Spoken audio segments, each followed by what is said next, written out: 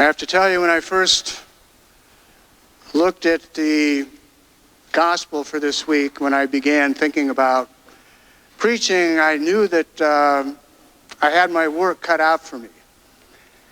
I can tell you that there have been multiple people over the years that have let me know that this little vignette that we read today is among their least favorite in all of the Gospels. And I have to tell you, too, I hope she doesn't mind, one of those people is my wife. but most of you know her as Marty, and that is indeed the name that we mostly use, but her birth name, her given name, actually is Martha. And this story has dogged her for years. And in some ways, the story really does seem to stand in great contrast to the story of the Good Samaritan, which we heard just last week. I mean, after all, isn't Martha, in taking care of the physical needs of Jesus, doing what was held up for us as exemplary last week? And what about Mary? Who does she think she is? She's pushing the rules. She's the one who's not doing the expected thing. Martha's the one who is where she's supposed to be, working for the Lord. And as Martha is working for the Lord, doing all that she can to make sure that things are going well for him, we get the sense that the more she's working, the more annoyed or angry she gets. And finally, Martha's had enough.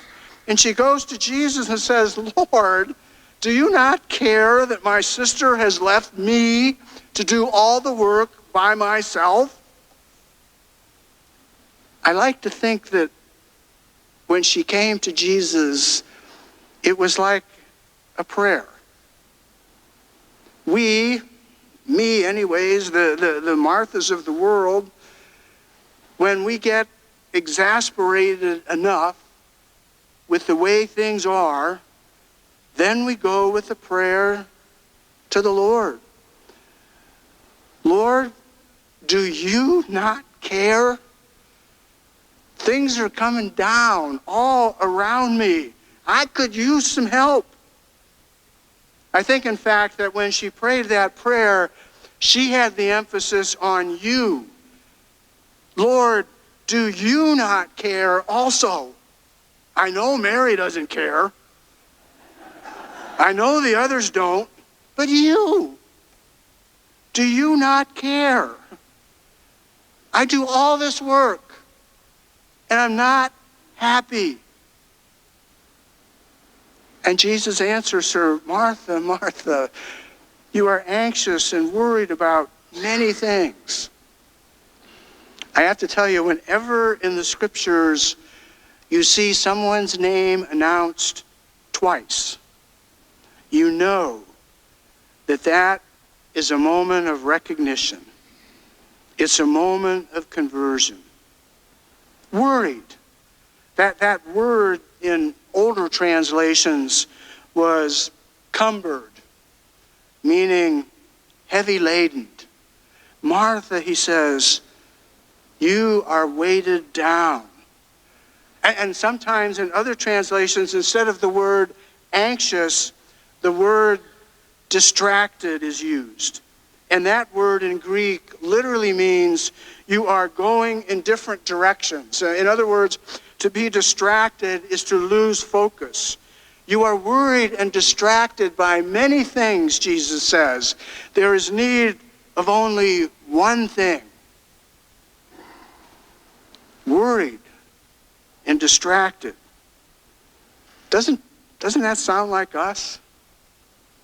Emails, tweets, texts, smartphones, Facebook, LinkedIn. Do you know that about 75% of people, 3/4 of us, admit to checking our work email when we're on vacation?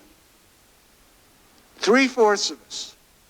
Jerry Seinfeld once said that men don't grab the remote to see what's on television. They're only interested in what else is on television. We live our lives distracted. And Jesus tells Martha, there's need of only one thing. And Jesus is trying to show her that this thing that she really wants is that intimacy, that closeness with him that Mary is enjoying. That one thing, in other words, is about relationships. It's about love. Martha wanted to express her love for Jesus by doing things for him. And that's good. That's a good thing. That's commendable. But Jesus knew that she longed for more. She just didn't think that she could do it. I bet she didn't think that she was worthy of being in that living room with Jesus. But Jesus knew something different. There was a better way. Martha thought that she needed to be the Lord's host. Mary chose to be the Lord's guest. You know, Jesus walks and talks and dines with those whom he loves, and it's up to us to respond to the Lord's presence in a way that is keeping with who and what he is. You know, as Abraham did when he respectfully offered every detail of courtesy and care to his guests. And yes, sometimes we do offer hospitality to God. We surely do this when we welcome the stranger. When there is someone here with us this morning coming to worship that perhaps we haven't seen before. When we take just a moment and say, good morning. It's good that you're here. Welcome. I hope you come back. That's hospitality.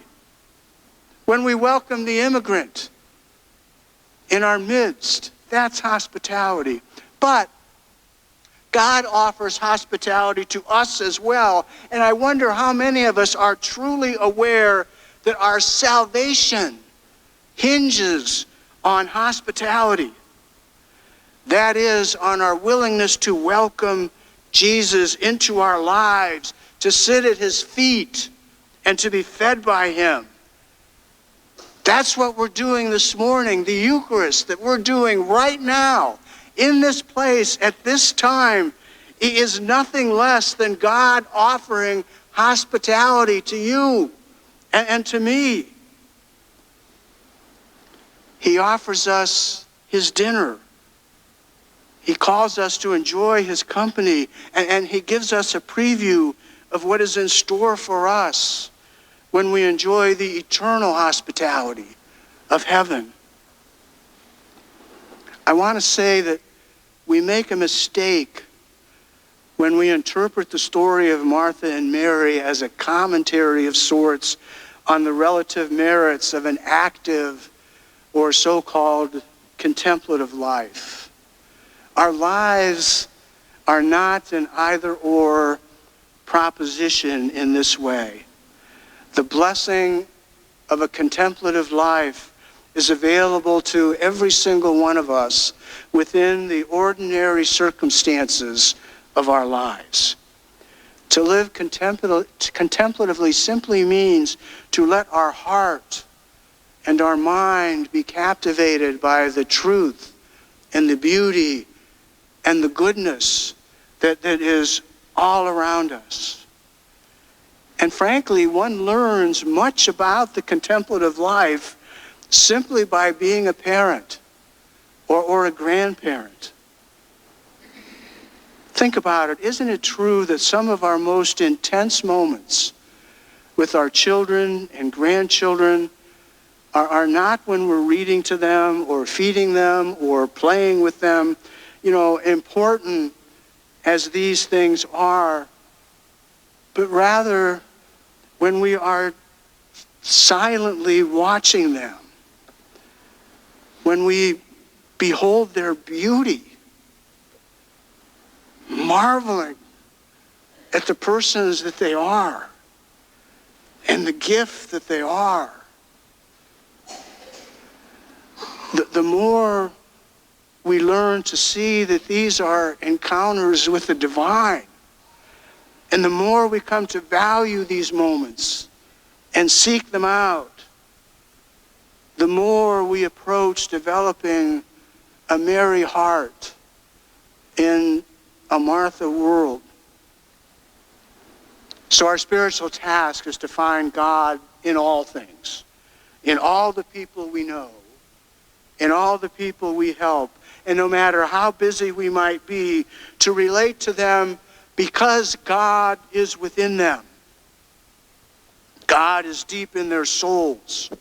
So we touch them, and we hear them, and we prepare meals for them without forgetting them.